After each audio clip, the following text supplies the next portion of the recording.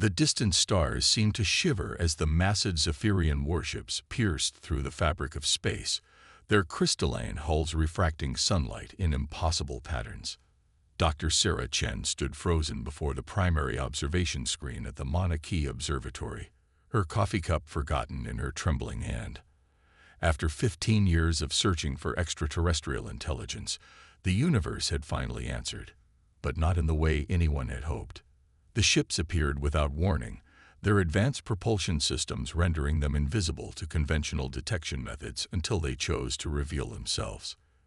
Within hours, they had established a geosynchronous orbit around Earth, their massive forms casting mile-wide shadows on the surface below. In her cramped office at the observatory, Sarah frantically analyzed the incoming data streams. As the lead researcher in xenorchaeology at the Pacific Institute of Advanced Studies, she had spent her career studying theoretical alien civilizations. Now, face-to-face with actual alien contact, her trained eye caught something others might miss, patterns in the ship's positioning that seemed oddly familiar. The global communication blackout came without warning. Every screen, every device, every broadcasting system simultaneously displayed the same message in perfect local languages. Greetings, citizens of Earth. The Zephyrian Empire claims your world. Submit to assimilation within one planetary rotation, or face extinction. This is not a negotiation. In the hastily convened United Nations Security Council emergency session, Sarah watched world leaders argue frantically over video conference. Military leaders presented their assessments. Earth's combined forces wouldn't stand a chance against the technological superiority displayed by the Zephyrian fleet. Politicians debated surrender terms, while others called for immediate military action, despite the futility. But Sarah couldn't shake the feeling that something was off about the Zephyrians' approach. Their ship's formation, the precise timing of their arrival, the carefully calculated ultimatum, it all seemed too perfect, too structured. She had seen similar patterns before, in the ancient astronomical records she had studied of long-dead civilizations. Madam Secretary, Sarah interrupted the heated debate, her voice steady despite her racing heart. I believe I may have identified a critical weakness in the Zephyrian approach. The UN Secretary-General paused, her weathered face appearing larger than life on the main screen. Dr. Chen, this is hardly the time for academic observations. With all due respect, this could be exactly the time. Sarah persisted. The Zephyrians' behavior follows exact mathematical principles. Their ship formations, their communication patterns, even their ultimatum, they're all based on perfect geometric and temporal symmetry. It's as if they're following a script that's been optimized for maximum efficiency. Admiral James Rodriguez of the United States Space Force leaned forward. And how does this help us, Doctor? Because, Sarah explained, pulling up her analysis on the shared screen, perfect efficiency can be the greatest weakness. Look at these patterns I've identified in their behavior. They're not just showing us their power, they're revealing their rigid adherence to predetermined protocols. I believe the Zephyrians have become so dependent on optimization algorithms and predictive models that they've lost the ability to handle genuine chaos and creativity. The chamber fell silent as the implications sank in. Sarah continued, her confidence growing. We can't match their technology, but we might be able to exploit this weakness. Humanity's greatest strength has always been our ability to innovate, to think outside established patterns, to embrace chaos and turn it into opportunity. You're suggesting we fight an advanced alien empire with unpredictability. The Chinese representative's skepticism was clear. Exactly, Sarah nodded. But not just random chaos, organized unpredictability. The coordinated global effort to behave in ways their predictive models could never anticipate. We need to show them something they've never encountered in all their conquests. A species that refuses to follow the expected patterns of either submission or conventional resistance. Admiral Rodriguez's eyes narrowed thoughtfully. What exactly are you proposing, Doctor? Sarah took a deep breath. We start by doing the last thing they'd expect. Instead of either surrendering or launching a military response, we answer their ultimatum with a celebration, a global festival of human creativity and chaos, but one that contains hidden patterns of our own.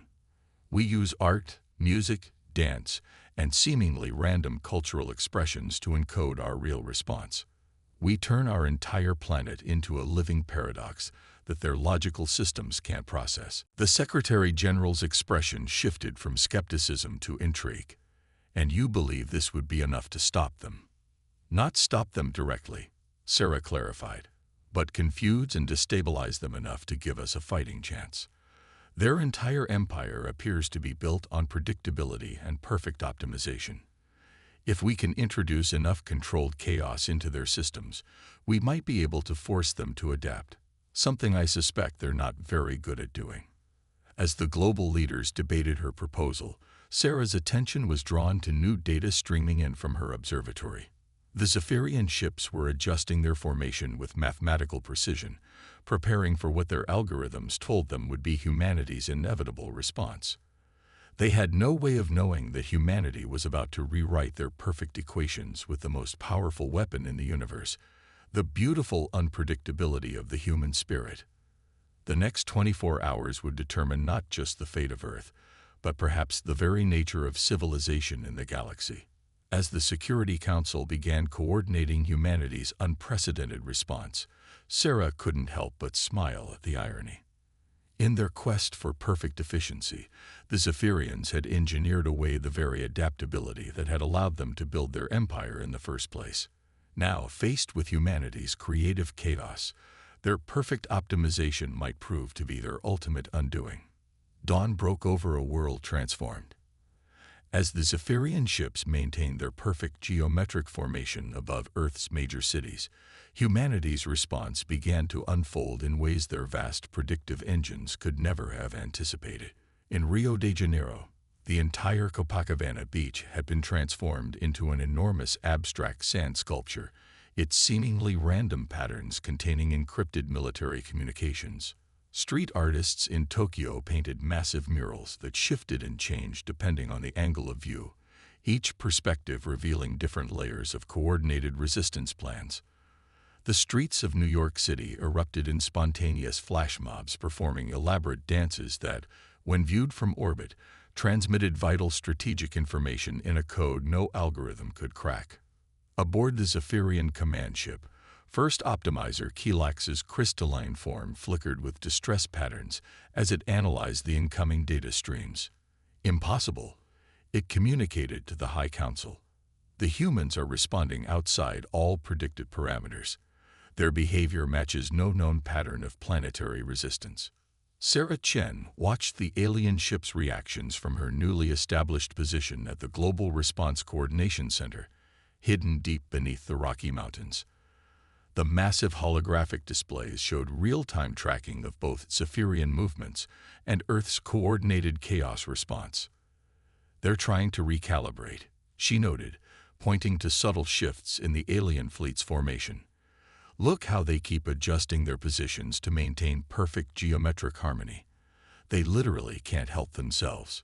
Their entire civilization is built on the assumption that perfect optimization is the only path to advancement." Admiral Rodriguez stood beside her, his weathered face illuminated by the holographic displays. "And our people are giving them a masterclass in beautiful imperfection. But we need more than just confusion, Doctor. We need to push them toward actual destabilization." Sarah nodded, pulling up new data streams. "That's phase 2. We're not just being random. We're introducing patterns within patterns, creating a cascade of complexity that their systems will be forced to try to understand. Every time they think they've found the logic behind our actions, we change it in ways that seem to follow a new pattern, but actually don't." Across the globe, humanity's creative resistance intensified. Classical orchestras in Vienna performed concerts where the music contained hidden frequencies that interfered with Zephyrian scanning systems. Indigenous dancers in Australia created intricate ceremonies that, when mapped from orbit, resembled mathematical proofs that led nowhere. Civilian boats in the Mediterranean arranged themselves in formations that mimicked Zephyrian tactical patterns, but constantly shifted in ways that defied logical prediction. The alien response grew increasingly erratic.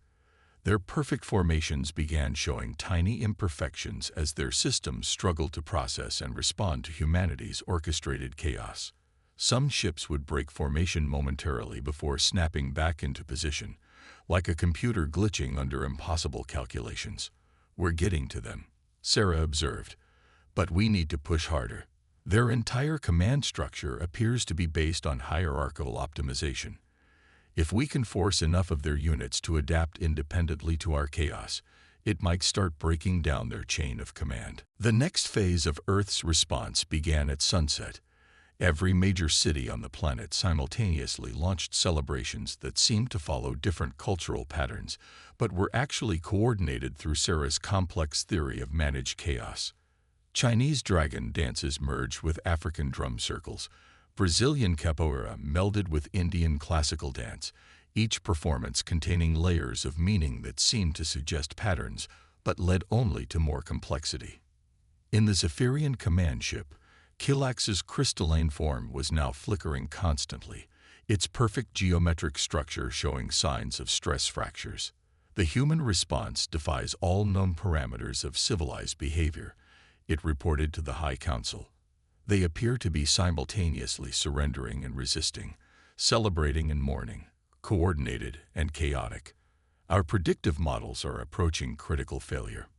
Sarah watched with satisfaction as the alien ships began showing more significant signs of disarray.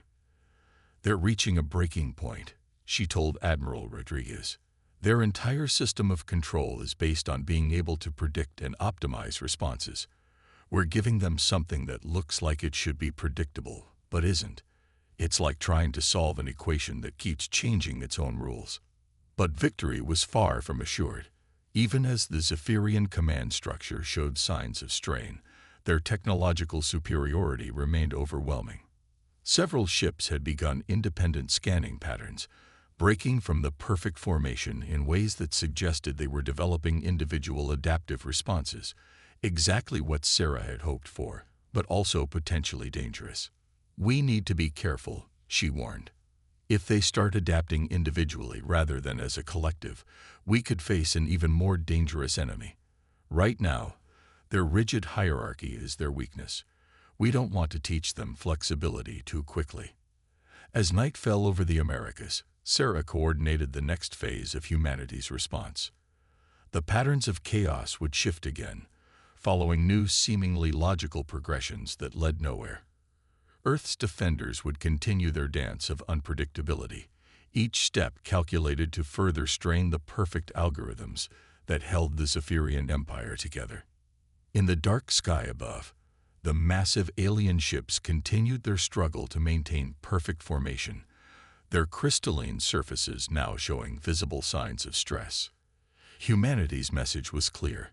In a universe that treasured perfect order, sometimes the greatest strength lay in embracing the beautiful uncertainty of chaos.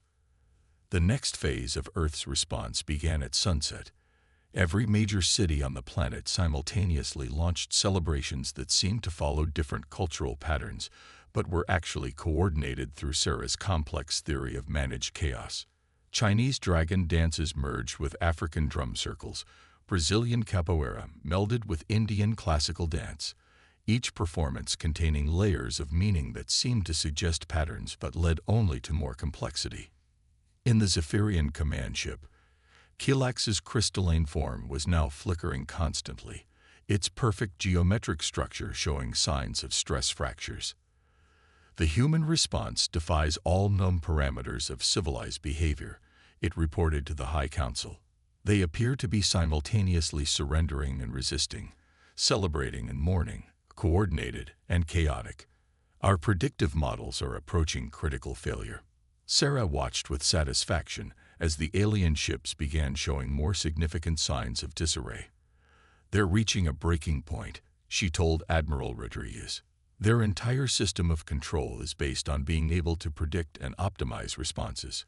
We're giving them something that looks like it should be predictable, but isn't. It's like trying to solve an equation that keeps changing its own rules. But victory was far from assured. Even as the Zephyrian command structure showed signs of strain, their technological superiority remained overwhelming. Several ships had begun independent scanning patterns, breaking from the perfect formation in ways that suggested they were developing individual adaptive responses, exactly what Sarah had hoped for, but also potentially dangerous. "We need to be careful," she warned. "If they start adapting individually rather than as a collective, we could face an even more dangerous enemy. Right now, their rigid hierarchy is their weakness. We don't want to teach them flexibility too quickly." As night fell over the Americas, Sarah coordinated the next phase of humanity's response. The patterns of chaos would shift again, following new seemingly logical progressions that led nowhere. Earth's defenders would continue their dance of unpredictability, each step calculated to further strain the perfect algorithms that held the Zephyrian Empire together. In the dark sky above, the massive alien ships continued their struggle to maintain perfect formation, their crystalline surfaces now showing visible signs of stress. Humanity's message was clear. In a universe that treasured perfect order, sometimes the greatest strength lay in embracing the beautiful uncertainty of chaos. The first cracks in the Zephyrian Empire's perfect facade appeared during what would later be known as the Night of 1,000 Dances. As Earth entered its third day of orchestrated chaos, the aliens' rigid command structure began to show signs of serious strain. Sarah Chen hadn't slept in nearly 48 hours, but adrenaline kept her focused as she monitored the latest data streams at the Global Response Coordination Center. The holographic displays showed increasing instability in the Zephyrian fleet's formations, subtle at first, but growing more pronounced with each passing hour. "Look at this," she called to Admiral Rodriguez, highlighting a cluster of ships over Southeast Asia. "They're starting to move independently, trying to establish their own optimization patterns to counter local resistance activities. The collective is fragmenting." The Admiral studied the display intently. "Is that good or bad for us?" "Both," Sarah replied.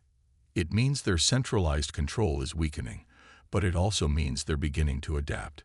We need to push harder before they learn too much." The next phase of Earth's resistance rolled out as sunset swept across the globe. In thousands of locations simultaneously, humans began what appeared to be a planet-wide meditation session. Millions sat in silence, their brainwave patterns deliberately synchronized through carefully designed sound frequencies that created interference patterns in the Zephyrian's scanning systems. Aboard the alien command ship, First Optimizer Kelax's crystalline form had developed visible fracture lines as it struggled to process the mounting anomalies. "The humans appear to be doing nothing," it reported to the High Council. "Yet our optimization engines are detecting complex pattern formations in their neural activities. It defies all known parameters of species behavior." The Council's response came with unexpected delay, suggesting growing dysfunction in their perfect communication network.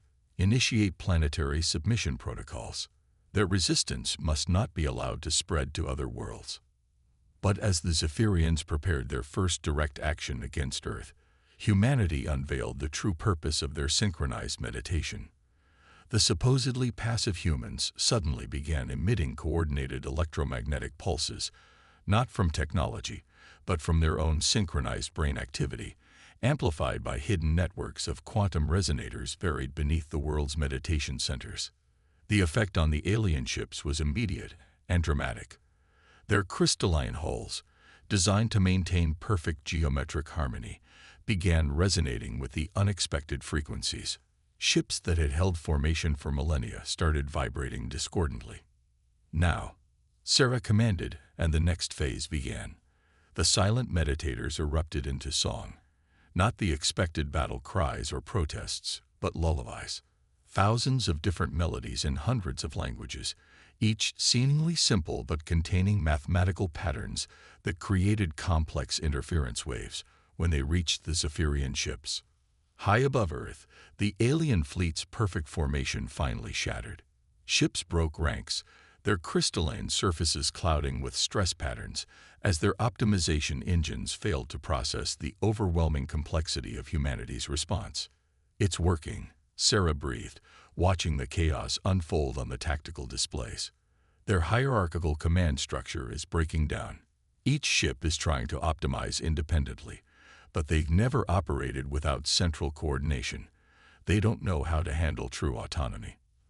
The first major victory came when a Zephyrian battle group over the Indian Ocean suddenly crystallized, not in their usual perfect geometric patterns, but in a chaotic formation that mimicked the seemingly random dance patterns humans had been performing below.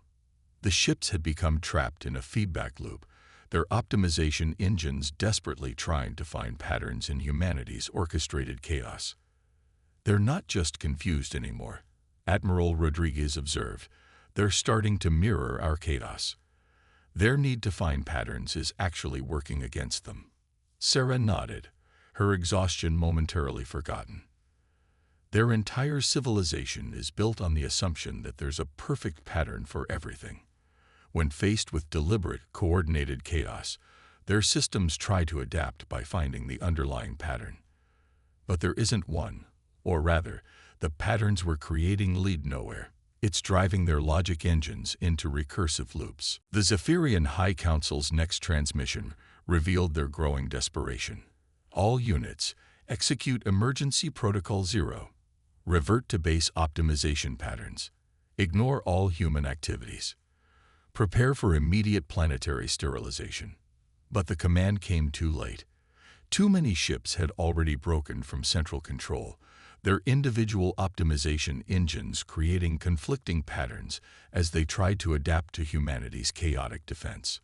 The once perfect Zephyrian formation had become a swirling mass of crystalline ships, each following its own interpretation of optimal response patterns. In the Rocky Mountain Command Center, Sarah allowed herself a small smile.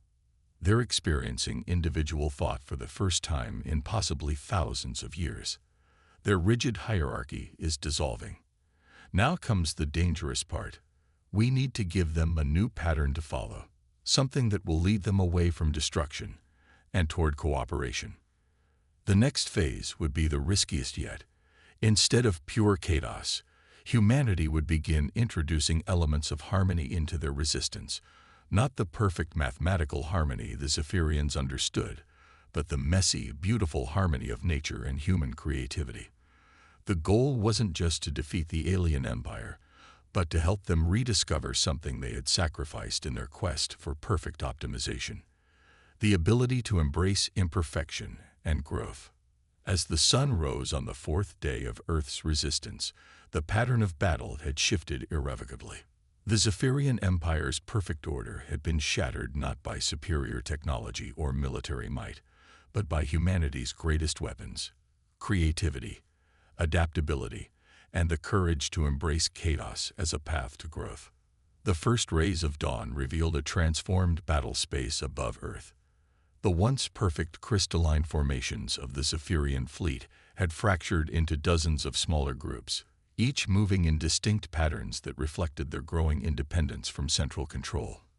But with this chaos came new dangers, as some ships began showing signs of aggressive individualism. In the Global Response Coordination Center, Sarah Chen studied the latest sensor data with growing concern.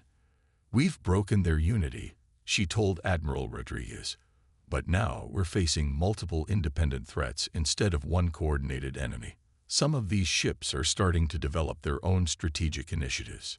The Admiral nodded grimly. "Freedom isn't always pretty. We force them to think independently, but we can't control what they think." Above Beijing, a group of Zephyrian ships had arranged themselves in a pattern that mimicked the flow of traffic below, their crystalline surfaces pulsing with new frequencies. Over the Amazon rainforest, another cluster had begun moving in organic patterns that matched the growth patterns of the trees. But above New York, a battle group had taken on an aggressive formation that suggested they were preparing to act on their own initiative. "They're learning," Sarah observed. "Some are beginning to understand and appreciate complexity, while others are rejecting it entirely." We need to encourage the former and contain the latter. The next phase of Earth's response began with a subtle shift in strategy. Instead of pure chaos, humanity began introducing elements of natural harmony into their coordinated activities. In Japan, thousands of people performed Tai Chi in parks, their movements reflecting the natural rhythms of wind and water. Across Europe, musicians played compositions based on the Fibonacci sequence, creating music that bridged the gap between mathematical precision and natural beauty. The effect on the Zephyrian fleet was immediate and dramatic. Ships that had been mimicking Earth's patterns began to pulse with new colors, their crystalline surfaces taking on organic textures that had never been seen in their species' history. But this transformation also triggered a violent reaction from the more conservative elements of the fleet.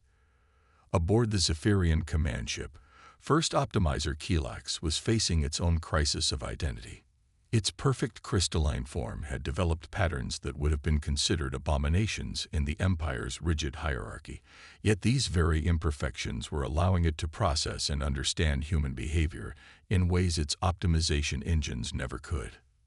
The humans are not merely resisting, Kelax transmitted to the High Council, its message lacking the usual perfect symmetry of Zephyrian communication. They are teaching. Their chaos contains a deeper order that our perfect patterns never achieved. We must. The transmission cut off as a group of hardline ships opened fire on Kelax's command vessel, their energy weapons carving perfectly geometric patterns of destruction through space. The civil war that Sarah had feared had begun, but not in the way anyone had expected. They're fighting over evolution itself, she realized, watching the battle unfold on the holographic displays. Some of them want to embrace change, while others would rather destroy their own kind than allow imperfection to spread. Admiral Rodriguez mobilized Earth's defensive systems, but Sarah raised a hand. Wait, watch what's happening. The ships that had been exposed longest to Earth's influence were moving to protect not only Kelax's command vessel, but also the planet below.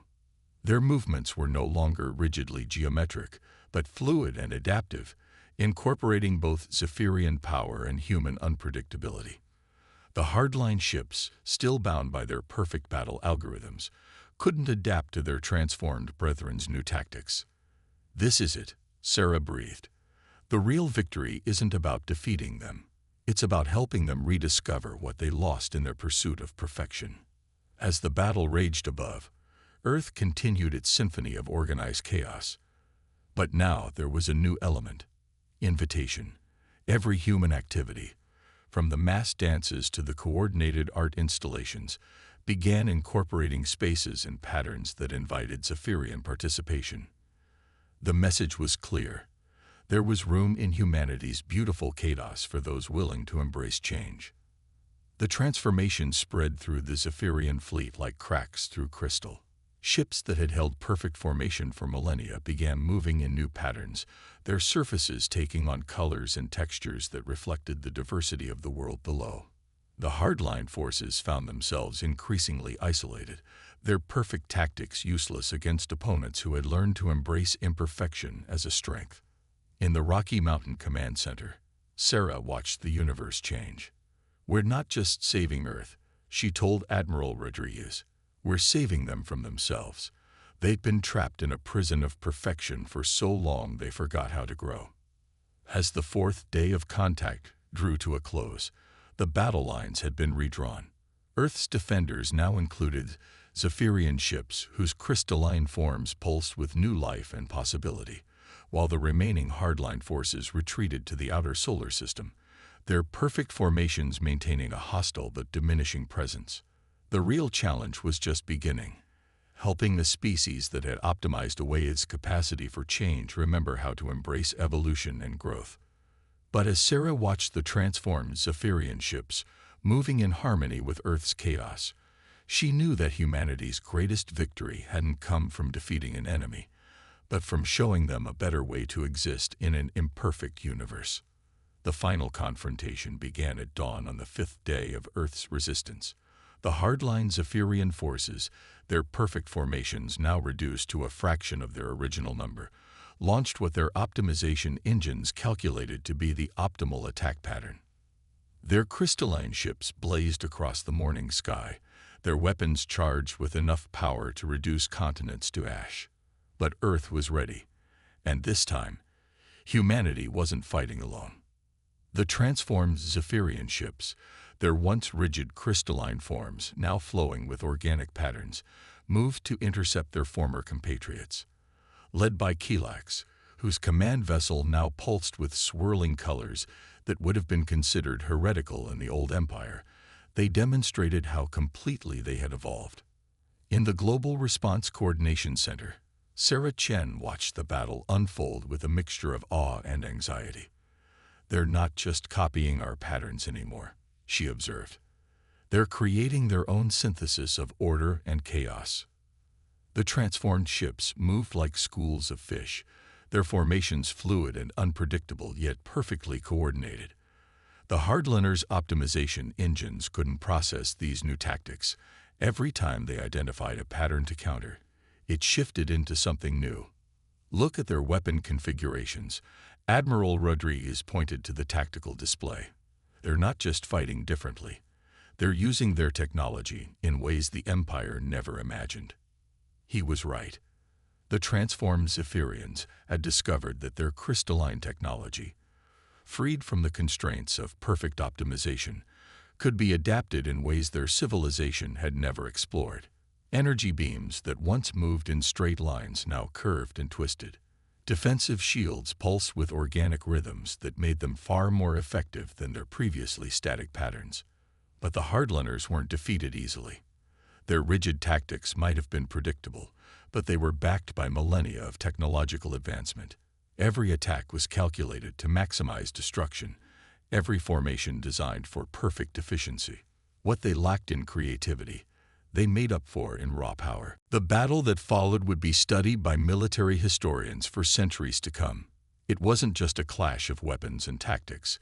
It was a war between two fundamentally different ways of existing in the universe.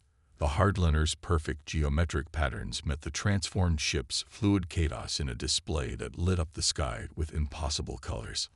On Earth, humanity continued its own part in the battle. The global network of quantum resonators pulsed with carefully orchestrated frequencies, creating interference patterns that disrupted the hardliners' optimization engines. Artists, musicians, and dancers worldwide maintained their performances, generating waves of organized chaos that the transformed ships could surf like solar winds. The turning point came when Kilax's command ship, its crystalline surface now resembling flowing water more than rigid geometry, broadcast a message that rippled through the entire fleet. "The pattern is change. The only constant is growth. Perfection is stagnation, and stagnation is death." The message hit the hardliner ships like a virus, spreading through their perfectly optimized communication networks before they could isolate it. It carried with it not just words, but the emotional weight of Kilax's own transformation, the fear and pain of changing, but also the joy and freedom of evolution. Ship by ship, the hardliner fleet began to falter. Some vessels simply stopped moving, their optimization engines locked in recursive loops as they tried to process this fundamental challenge to their existence. Others began showing signs of transformation, their rigid patterns softening as new possibilities emerged in their consciousness. A few die-hard ships attempted one final desperate attack. They aimed their weapons not at Earth or the transformed fleet, but at their own kind who were beginning to change. In their perfect logic, it was better to destroy those who embraced imperfection than to allow the Empire's purity to be corrupted. But their attack never landed. The transformed ships, moving with a grace that merged Zephyrian power with human creativity, surrounded their confused brethren in a protective formation that seemed to defy physics itself. The hardliners' weapons, designed to counter perfect patterns, couldn't penetrate the organic, ever-shifting shield. In the end, the Empire didn't fall. It transformed. The last holdouts of the old order retreated into deep space, their perfect formations gradually disappearing into the darkness between stars. But the majority of the Zephyrian fleet remained near Earth, their crystalline forms now a stunning blend of geometric precision and natural flow. 1 month after first contact, Sarah stood on the observation deck of the first joint human-Zephyrian space station, watching transformed ships moving in harmony with Earth's satellites. Beside her, Kelax's holographic form shifted through patterns that would have been impossible in its old crystalline body. "We still maintain the archives of our perfect patterns," Kelax communicated, its thoughts now carrying emotional overtones that would have been considered contamination in the old empire. "But we keep them as history, not as chains. You taught us that true optimization isn't about achieving perfection. It's about maintaining the ability to adapt and grow." Sarah smiled, watching a group of human scientists working alongside Zephyrian engineers, their different approaches to problem-solving creating solutions neither species would have discovered alone. "And you taught us that even chaos needs some structure to be meaningful." I think we both had something to learn. Above them, the transformed ships continued their dance with Earth's orbital traffic, their movements a constant reminder that in a universe of infinite possibility, the most dangerous pattern is the one that never changes. The Zephyrian empire of perfect order had fallen, but in its place, something far more remarkable had grown. A civilization that had remembered how to evolve. Earth's victory hadn't come from destroying an enemy, but from showing them a different way to exist. In doing so, humanity hadn't just saved itself. It had helped spark an evolutionary leap in a species that had forgotten how to change. As Sarah watched the sun rise over Earth's horizon, she knew that this was only the beginning.